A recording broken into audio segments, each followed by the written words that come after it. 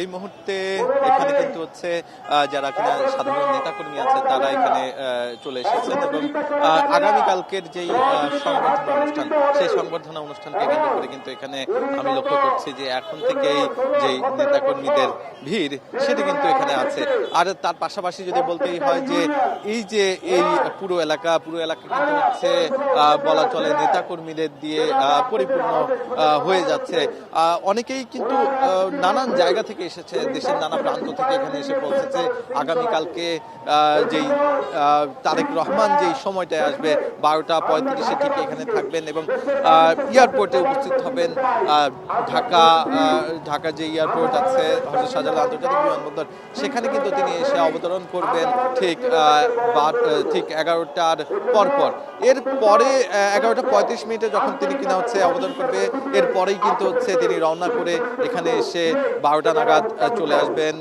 তারপর এখানেই সংবর্ধনা হবে, কথা বলবেন। আমি যদি একটু দেখাতে চাই তাহলে একটু দেখাই যে এখানে সাধারণ মানুষের পাশাপাশি কিন্তু নেতাকর্মীরা আছে। আমি এই মুহূর্তে স্টেজ পরিপূর্ণ দেখতে পাচ্ছি। স্টেজের যেই জায়গাটি আছে এই মুহূর্তে বিএনপির যেই কেন্দ্রীয় নেতারা আছে তারা কিন্তু এসে পৌঁছেছেন। আমি দেখতে পাচ্ছি এখান থেকে সালাউদ্দিন আহমেদ, তিনি কিন্তু হচ্ছে এখানে এসে উপস্থিত হচ্ছেন এবং কথা বলছেন।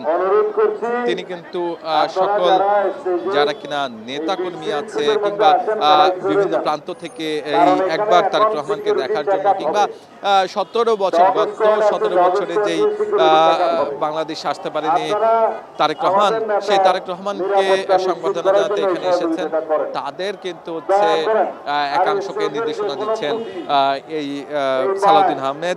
তিনি কিন্তু শুধু একা নন, এখানে আমি দেখছি বিএনপির বেশ কয়েকজন নেতারা আছে, বিশেষ করে রুহুল কবির রিজভীকে দেখতে পাচ্ছি। তিনি বলতে চাচ্ছেন যে যেই সিএসএফ এর সদস্যরা আছে তারা কিন্তু হচ্ছে নিরাপত্তার স্বার্থে সবাইকে সরিয়ে দিতে যাচ্ছে। আমি একটু তার কথা আপনাদেরকে শোনাতে চাই। আপনারা এটা ক্লিয়ার করেন, আমাদের নিরাপত্তা টিমের সদস্যগণ এখন সুইপিং করবেন সমস্ত প্রয়োজনীয়। আপনারা থাকলে এটা করা যাচ্ছে না, আপনারা দূরে সরে যান। স্টেজের এই রেড জোনটা আপনারা একটু দয়া করে ছেড়ে দেন। ধন্যবাদ। শুনছিলাম কথা বলছিলেন সালাউদ্দিন আহমেদ। এই সময় কিন্তু হচ্ছে তিনি বললেন যে এই পুরো যেই সামনের অংশটি আছে, স্টেজের সামনের অংশের যারা কিনা অবস্থান নিয়েছে তাদেরকে এখান থেকে সরে যাওয়ার জন্য অনুরোধ করলেন। এবং এই মুহূর্তে কিন্তু আমরা দেখতে পাচ্ছি বিএনপি নেতা তিনি কিন্তু কথা বলছেন। তিনি বলছেন আগামীকাল পর্যন্ত অনেক সময়, যার কারণে কিন্তু সবাইকে প্রস্তুতি নিতে বলছেন এবং যারা কিনা এখানে আছেন তাদেরকে বলছেন যে তারা যেন সরে গিয়ে আগামীকালকে আসে।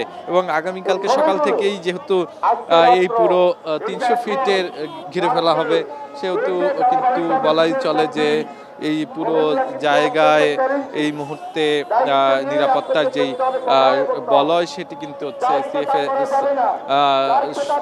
সিএসএফ সদস্যরা ঘিরে রেখেছে এবং তার পাশাপাশি এই মুহূর্তে সরিয়ে দেওয়ার জন্য কিন্তু চেষ্টা চালাচ্ছে সিএসএফ সদস্যরা। কারণ এখানে কিছুক্ষণ আগে বোম ডিসপোজাল ইউনিট এসে উপস্থিত হয়েছে, তারাও কিন্তু কার্যক্রম শুরু করবে। যারা কিনা মঞ্চের আশেপাশে আইন শৃঙ্খলা বাহিনী আছে তারা কিন্তু সবাইকে সরিয়ে দিচ্ছে। এই মুহূর্তে আইন শৃঙ্খলা বাহিনীদের তৎপরতা আমরা লক্ষ্য করছি। পুলিশ, তার পাশাপাশি স্পেশাল যে ফোর্স আছে বিএনপি চেয়ারপারসন স্পেশাল ফোর্স, তারা কিন্তু এখানে এসে কিন্তু হচ্ছে তাদের যেই আনুষ্ঠানিক কার্যক্রম, তাদের যেই নিরাপত্তার জন্য যেই কার্যক্রম সেটা কিন্তু তারা চালাচ্ছে। সবাই এখানে অধীর আগ্রহে অপেক্ষায় আছে যে কখন ফিরবে তারেক রহমান। সেই জন্য কিন্তু এখানে ব্যানার ফেস্টুন সহ অনেকে হাজির হয়েছে বাংলাদেশের পতাকা নিয়ে। তার পাশাপাশি আমরা লক্ষ্য করছি এখানে যারা কিনা এসেছে তাদের একাংশ কিন্তু অংশ নিবে ঠিক 300 ফিটের উল্টো পাশে যেই জায়গাটি আছে সেই জায়গায় কিন্তু অংশ নিবে এবং সেখানে কিন্তু ইতিমধ্যেই যে প্রস্তুতি সেটি সম্পূর্ণ হয়েছে। মঞ্চ তৈরির কাজ প্রায় শেষ, তবে আরো খানিকটা বাকি আছে। তার পাশাপাশি এখানে কিন্তু যেই লাল কার্পেট বসানোর কাজ এখনো বাকি আছে এখানে বসানোর জন্য কিন্তু হচ্ছে কাজ চলমান আছে। এখানে আমরা বেশ কয়েকজন নেতাদের লক্ষ্য করছি স্টেজের উপর। তারা আইন শৃঙ্খলা বাহিনীদের সাথে কথা বলছেন যেন কোনোভাবেই সেই আগামীকালকের যে প্রস্তুতি সেটিতে যেন কমতি না থাকে। আর তার পাশাপাশি আশেপাশে প্রায় 10 থেকে 15 লাখ মানুষের সমাগম হবে, সেহেতু বলাই চলে যে বিশাল জনসমাগমে অনেকাংশেই কিন্তু মোবাইলে যেই বা নেটওয়ার্কগুলো আছে সেগুলো কিন্তু অকার্যকর হয়ে যেতে পারে, যার কারণে বলাই চলে যে এই পুরো জায়গায় এই মুহূর্তে বিভিন্ন মোবাইল কোম্পানিগুলোর যেই নেটওয়ার্কের ব্যবস্থা সেটি যেমনি তারা করছে, তেমনি কিন্তু অন্যান্য গণমাধ্যম থেকে শুরু করে আগামীকালকের প্রস্তুতি নিয়ে নানা ধরনের ফোর্স কাজ করছে। এর সাথে সাথে বলাই চলে যে আইন শৃঙ্খলা বাহিনীর বিভিন্ন ইউনিট কাজ করছে, অনেকে গোয়েন্দা সংস্থার লোক কাজ করছে, যেন কোনোভাবেই এই যে নিরবিচ্ছিন্ন নিরাপত্তা সেটিতে কোনোভাবেই যেন শঙ্কা তৈরি না হয়, সেটির জন্য কিন্তু তারা চেষ্টা করে যাচ্ছে। এখানে আমরা ওয়াচ টাওয়ার দেখতে পাচ্ছি, বেশ কয়েকটি ওয়াচ টাওয়ার আছে, পুলিশের ওয়াচ টাওয়ার আছে। তার পাশাপাশি আমরা দেখছি মিডিয়ার বেশ কয়েকটি বুথ রয়েছে। এখান থেকে সবকিছু মিলিয়ে কিন্তু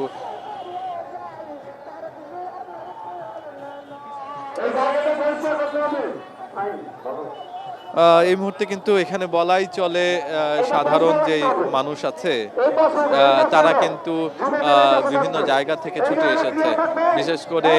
বিশেষ করে আমরা এই মুহূর্তে দেখতে পাচ্ছি যে সেনাবাহিনী সদস্যরা তারাও কিন্তু টহল দিতে এখানে এসে পৌঁছেছে। তাদের যেই ফোর্স কিন্তু এখানে এসে আমরা দেখছি যে ঘুরে যাচ্ছেন, বারবার কিন্তু টহল দিয়ে যাচ্ছেন। বিভিন্ন নিরাপত্তা বাহিনীর যে সদস্যরা আছে তারা আসছেন।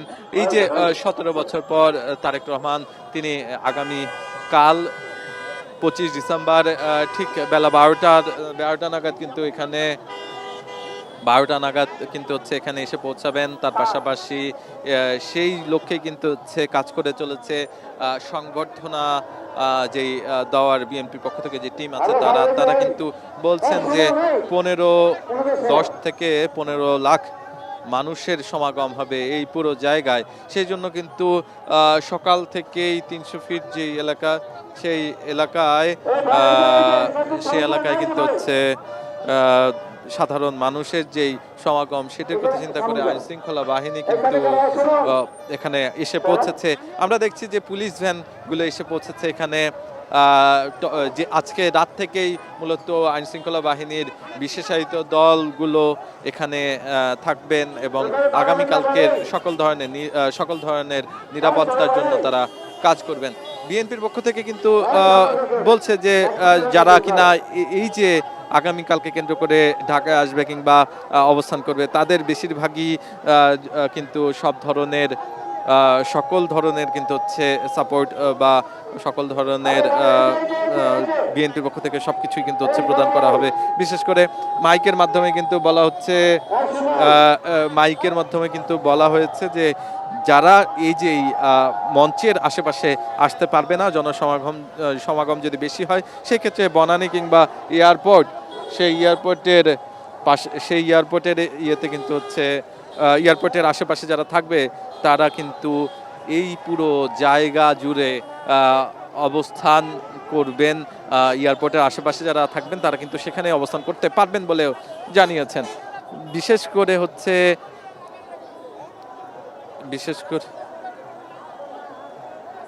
বিশেষ করে হচ্ছে এই যে যারা সাধারণ নেতাকর্মী আছে তারা কিন্তু এখনো আসছে। আমরা কিন্তু একটি বাস দেখতে পাচ্ছি যেখানে কিনা হচ্ছে সাধারণ নেতাকর্মীদের একাংশ আমরা লক্ষ্য করছি। এখানে আমরা দেখছি যে চট্টগ্রাম থেকে একটি বাস এসে পৌঁছেছে এখানে। এভাবে কিন্তু একের পর এক বিভিন্ন দূর দূরান্ত থেকে কিন্তু হচ্ছে বাস এসে অবস্থান করছে এবং নামিয়ে দিয়ে কিন্তু একে একে চলে যাচ্ছেন। আজকে সন্ধ্যার মধ্যে যারা কিনা হচ্ছে ঢাকার বাইরে থেকে আসতে চান তারা কিন্তু চলে আসবেন, এমনটাই কিন্তু আমরা জানতে পেরেছি। এবং এখানেও আমরা লক্ষ্য করেছি বিশেষ করে ঢাকার বাইরে যে বাসগুলো আছে সেই বাসগুলো কিন্তু আমরা দেখতে পেয়েছি একে একে প্রবেশ করছে চট্টগ্রাম থেকে।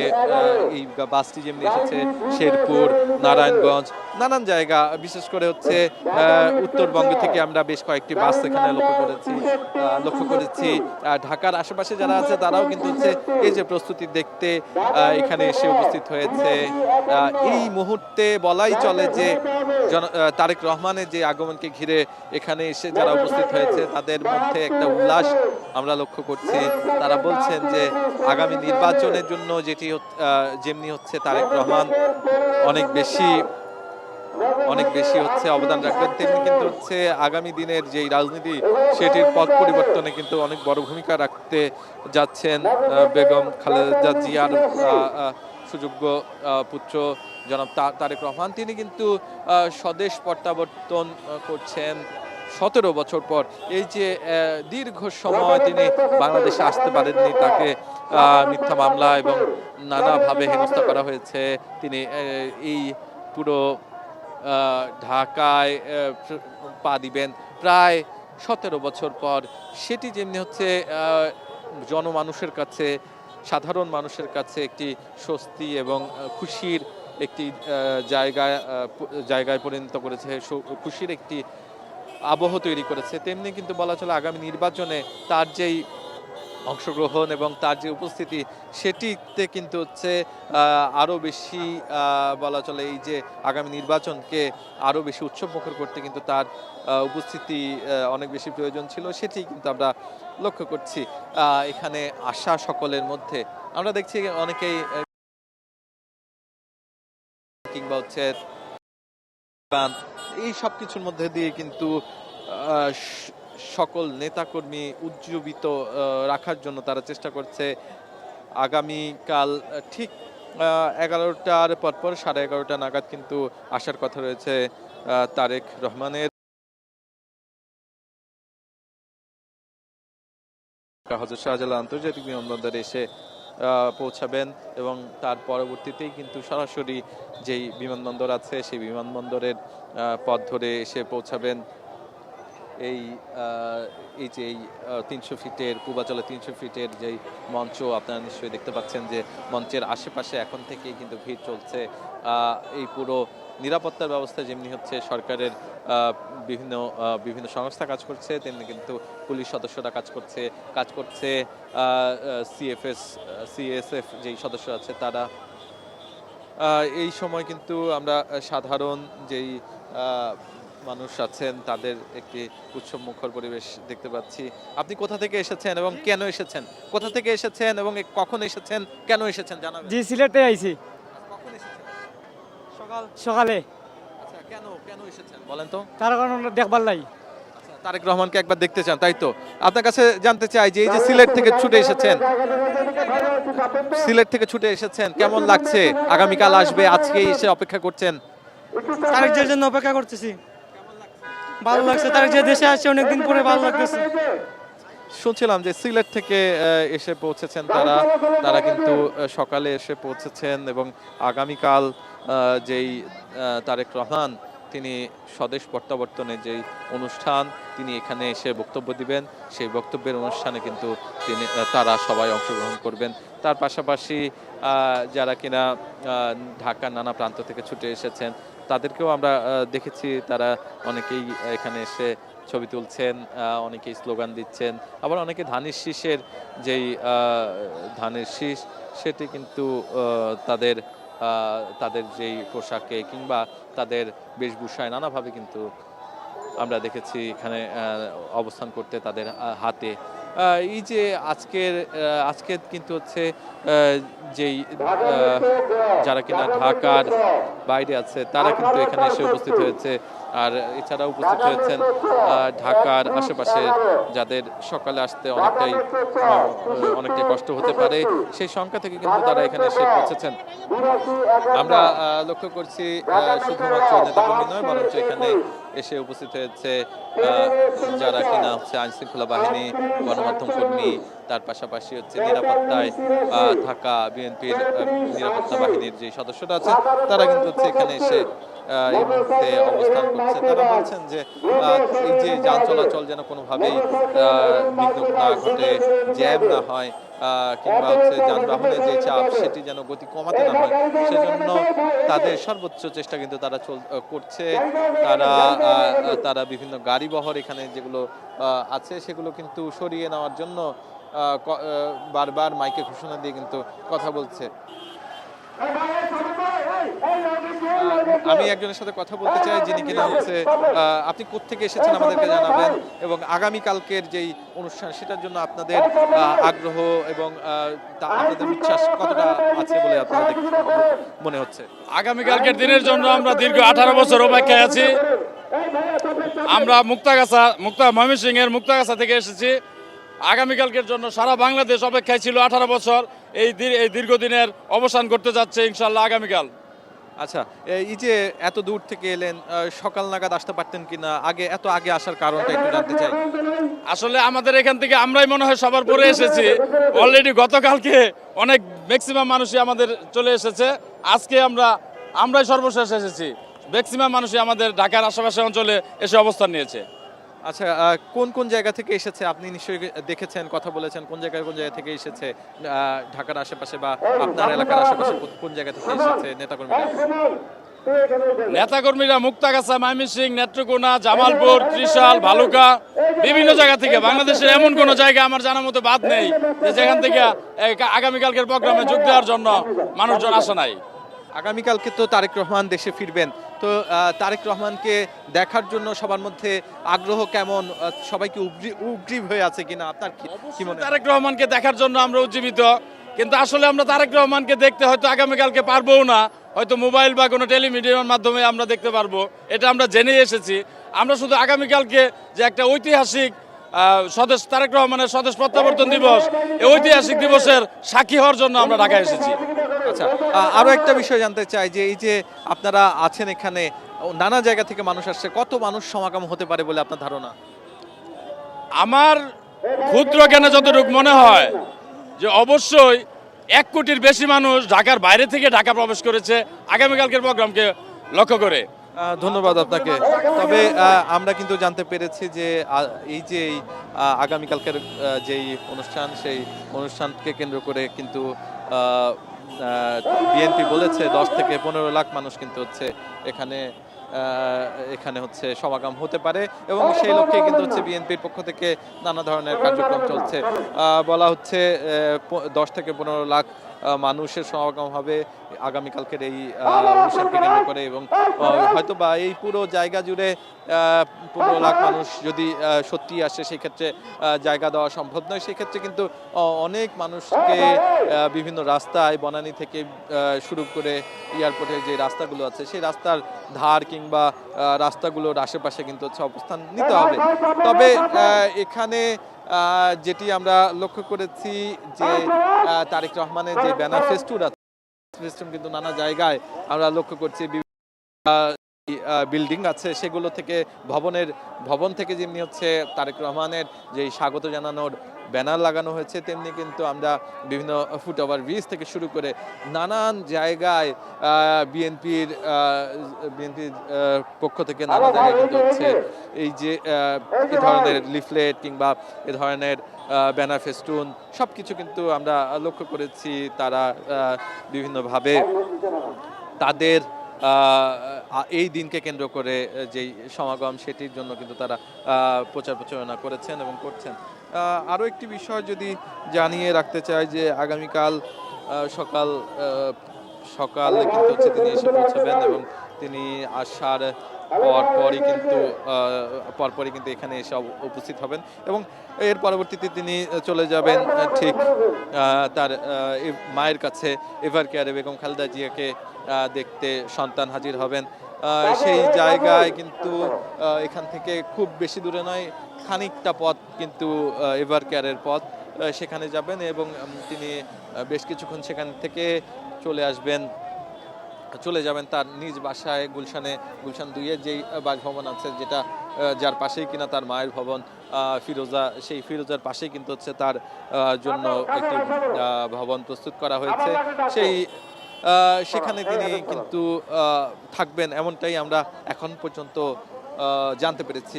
তার পাশাপাশি আমরা জানতে পেরেছি যে আগামীকালকে তিনি ঢাকায় ফেরার পরপরই এখানে এসে একটি জাতির এবং নেতাকর্মীদের উদ্দেশ্যে ভাষণ দিবেন। সেই নেতাকর্মীদের জন্য কিন্তু তিনি একটি ভাষণের মধ্যে দিয়ে আগামী দিনের যে আগামী নির্বাচনের যেমনি পথরেখা তিনি বলে দিবেন, তেমনি কিন্তু একটি নির্দেশনাও পাবেন বলে আশা প্রকাশ করছে যারা নেতাকর্মী আছে তারা।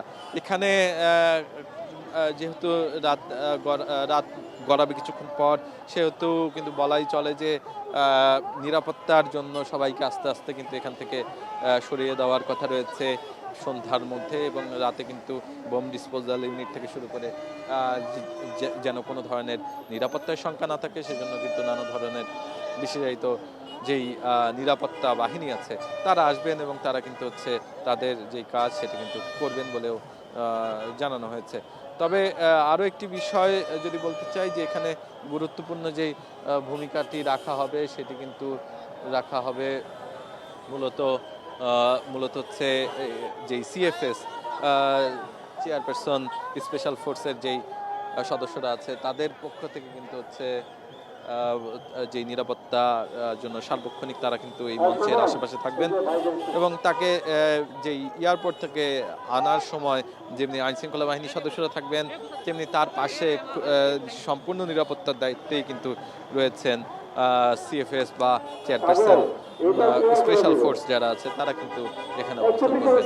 এই যে এই দীর্ঘ সময় পর, প্রায় 17 বছর পর জনাব তারেক রহমান দেশে ফিরবেন, সেই স্বদেশ প্রত্যাবর্তনের যেই অনুষ্ঠান, সেখানে কিন্তু প্রায় কয়েক লাখ মানুষ উপস্থিত হবে বলে কিন্তু বলেছে বিএনপির পক্ষ থেকে। বিএনপির যারা নেতাকর্মী আছে তারাও কিন্তু আগামীকালকের যে অনুষ্ঠান সেটির জন্য অধীর আগ্রহে অপেক্ষা করছে এবং তাদের সবাই কিছুক্ষণ আগে আমি যখন কথা বলছিলাম তারা কিন্তু বলছিল যে ঢাকার মানুষ ছাড়া বাকি সবাই কিন্তু রাতের মধ্যেই প্রবেশ করবে এই ঢাকাতে, এবং সেই জন্য কিন্তু আমরা বেশ কয়েকটি গাড়ি আসতে দেখেছি। বেশ কয়েকটি বলতে বাসের সংখ্যা কিন্তু কম নয়। এই মুহূর্তে আইনশৃঙ্খলা বাহিনীরা কিন্তু এই পুরো যেই মঞ্চ আছে, মঞ্চের আশেপাশের সকল নেতাকর্মীকে সরিয়ে দিচ্ছে।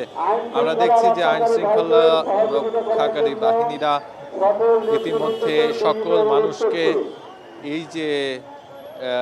এই মঞ্চের সামনে যে খালি জায়গা আছে সেই খালি জায়গা থেকে কিন্তু সরিয়ে দেওয়ার যে কার্যক্রম সেটি শুরু করে দিয়েছে। আমরা জানি যে আইনশৃঙ্খলা বাহিনীর পক্ষ থেকে কিন্তু হচ্ছে সকল ধরনের নেতাকর্মীকে এখান থেকে সরিয়ে দেওয়ার জন্য বারবার বলা হচ্ছে, কারণ সন্ধ্যার মধ্যে কিন্তু এই পুরো জায়গা খালি করে ফেলে পুরো জায়গাতে কিন্তু আইনশৃঙ্খলা বাহিনী সেই নজরদারির মধ্যে যাবে এবং সেই নজরদারির মাধ্যমে কিন্তু বলা চলে এই পুরো নিরাপত্তার যেই শঙ্কা সেটি যেন কোনোভাবেই না উঠে আসে বা কোনোভাবেই যেন শঙ্কা না থাকে, সেই জন্য কিন্তু হচ্ছে এখানে আইনশৃঙ্খলা বাহিনী পুরো মঞ্চের সামনের জায়গাটি কিন্তু তাদের আওতায় নিবে এবং তারা পুরো সময় জুড়ে এখন থেকে কাউকেই এই যে মঞ্চের আশেপাশে বা মঞ্চের ঠিক সামনেটায় প্রবেশ করতে দিবে না। না, কারণ আগামীকালকে যে নিরাপত্তা ব্যবস্থা, সেই নিরাপত্তা ব্যবস্থার জন্য একটি প্রোটোকল তৈরি করা হবে। সেই প্রোটোকলে থাকবে চেয়ারপারসন স্পেশাল ফোর্স। সেই জায়গা থেকে এখন সন্ধ্যা নামার সাথে সাথে কিন্তু এই পুরো জায়গাটি পুরো জায়গাটি কিন্তু অবস্থান নেবে তারা। বলাই চলে যে এই যে পুরো জায়গাতে যারা আছে তাদের বেশিরভাগ অংশই কিন্তু ঢাকার বাইরে থেকে এসেছে এবং কিছুক্ষণের মধ্যে হয়তোবা এই পুরো জায়গাটি হয়তোবা খালি করে দেওয়ার কথা রয়েছে এবং খুব শীঘ্রই হয়তো আমরা দেখতে পাবো যে এই পুরো জায়গাটি নিরাপত্তা বাহিনীদের আওতায় চলে গিয়েছে। তবে এই মুহূর্তে এই যে 300 ফিট এলাকা, সেই এলাকায় কিন্তু বলাই চলে যে সাধারণ মানুষ এখনো প্রবেশ করছে, যারা নেতাকর্মী আছে তারা প্রবেশ করছে। তার পাশাপাশি এখানে আইনশৃঙ্খলা বাহিনী সাথে গণমাধ্যম কর্মী তাদের কিন্তু বড় একটি উপস্থিতি আমি লক্ষ্য করছি। আর এখানে মঞ্চ তৈরির কাজের সম্পর্কে যদি বলতে চাই, প্রায় শেষ এই পুরো মঞ্চ তৈরির কাজ। তবে রাতের মধ্যে কিন্তু যে আইন শৃঙ্খলার বিষয়টি আছে সেটিও নিশ্চিত করা হবে।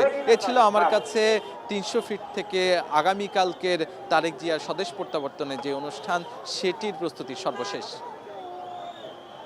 এসএমসির emergency contraceptive pill Norix one অরক্ষিত মিলনের 72 ঘন্টার মধ্যে এর একটি মাত্র পিল আপনাকে করবে টেনশন ফ্রি। এসএমসির নরিক্স ওয়ান, এক পিলের সমাধান।